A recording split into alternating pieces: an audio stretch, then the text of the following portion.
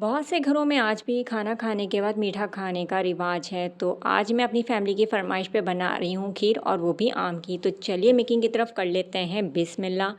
ये जो चम्मच आप देख रहे हैं, ये मैंने नाप के 6 चम्मच चावल लिए हैं, किसी भी किस्म का ले सकते हैं। 5 से 10 मिनट भिगो देंगे अच्छे तरीके से धोने के बाद, और फिर आपने इसको इसी पानी के साथ ग्राइंड कर लेना है। और यहाँ मैंने ली है तकरीबन 1.5 कप के बराबर आम की प्योरी। सिंपली आपने आम लेना है, छिलका उतार के चंक्स आपने ग्राइंडर जार में डाल के इसको ग्राइंड कर लेना है। प्योरी तैयार है, पानी का इस्तेमाल नहीं कीजिएगा। इसके बाद आपने लेना है 1 लीटर दूध, और ये पहले से बॉयल है, हल्का सा मैंने इसको गर्म कर लिया था।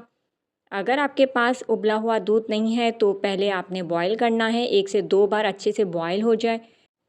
तो इसके बाद आपने इसमें ग्राइंड हुए हुए चावल को शामिल करना है, और इसको इतना पकाना है कि चावल अच्छे तरीके से घुट जाएं, एक जान हो जाएं। इसके बाद आपने हस्बे ज़ायका शक्कर का इस्तेमाल करना है। दानेदार चीनी मैंने डाली है तकरीबन आधा कप। आम के ऊपर डिपेंड करता है, बहुत ज़्यादा मीठे हैं तो आप 1/4 कप भी डाल सकते हैं। कुछ घरों में ज़्यादा मीठा खाना पसंद होता है तेज़, तो वो थोड़ा ज़्यादा भी इस्तेमाल कर सकते हैं। तो यहाँ पे शक्कर घुलने के साथ ही मैंने इसमें डाल दी थी 4-5 इलायची ली थी, उसके दाने निकाले और उनको मोटा मोटा सा कूट के डाल दिया। आप चाहें तो इलायची पाउडर का इस्तेमाल भी कर सकते हैं।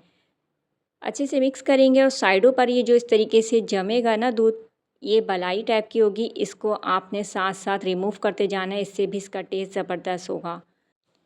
ये खीर पकने में ज़्यादा टाइम नहीं लेती, गाढ़ी होने लगी है। तो यहाँ पे अब मैंने डाल दिए हैं बादाम। ये मैंने इसको मोटा मोटा सा कूट के डाला है। आप चाहें तो साबुत भी डाल सकते हैं, बारीक काट के भी डाल सकते हैं, चॉप करके भी डाल सकते हैं, पिस्ते का इस्तेमाल भी कर सकते हैं, जो भी आपको मेवे पसंद हैं। तो यहाँ पे अच्छी सी ठीक हो चुके हैं। बस इस पॉइंट पर हमने चूल्हे को बंद करना है, क्योंकि ठंडा होने के बाद भी ये और ज़्यादा गाढ़ी हो जाएगी। खीर हमारी रेडी हो चुकी है, तो इसको मैंने ट्रांसफ़र कर दिया है एक बाउल में। पंखे के नीचे रख देंगे तो ये ज़रा जल्दी ठंडी हो जाएगी। रूम टेम्परेचर पर हमें आने तक के लिए इसका वेट करना है। इसके बाद आपने इसको रख देना है फ्रिज में, ताकि बहुत अच्छे तरीके से ठंडी हो, या फिर आप इसे 5 मिनट के लिए फ्रीज़र में रख दें ताकि जल्दी ठंडी हो जाए। तो यहाँ पे ये अच्छे से ठंडी हो चुकी थी, तो मैंने इसको निकाल लिया है। और इसके बाद जो आम की प्योरी हमने बनाई थी वो हम इसके ऊपर डालेंगे। आम की प्योरी आप कभी भी पकते टाइम नहीं डालिएगा, वरना अगर आम ज़रा से भी खट्टे हुए तो आपकी खीर ख़राब हो जाएगी, दूध फट जाएगा और सारी मेहनत ज़ाया हो जाएगी। और ना ही आप इसको उस वक्त शामिल कीजिएगा जब आपकी खीर गर्म हो, यानी कि चूल्हे पर से तो उतार ली, लेकिन गर्म है तो आपने इसमें आम की प्योरी शामिल नहीं करनी, वरना आपकी खीर मज़ेदार नहीं बनेगी। अच्छे तरीके से इसको हम मिक्स कर लेंगे। एक और बात आपसे कहती चलूँ, अगर आपके आम में रेशे हैं तो आपने आम की प्योरी छान के डालनी है, ताकि आपकी खीर बहुत ही लजीज बने। अब इसको गार्निश कर लेंगे। तो यहाँ पे आप अपने मन चाहे डिज़ाइन से जो भी आपका दिल करे इसको गार्निश कर सकते हैं।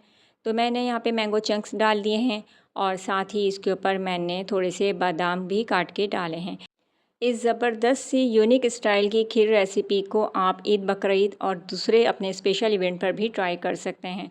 तो ये थी मेरी आज की मैंगो खीर रेसिपी। उम्मीद करती हूँ ज़रूर पसंद आएगी। नेक्स्ट वीडियो तक के लिए इजाज़त। अल्लाह हाफ़िज़।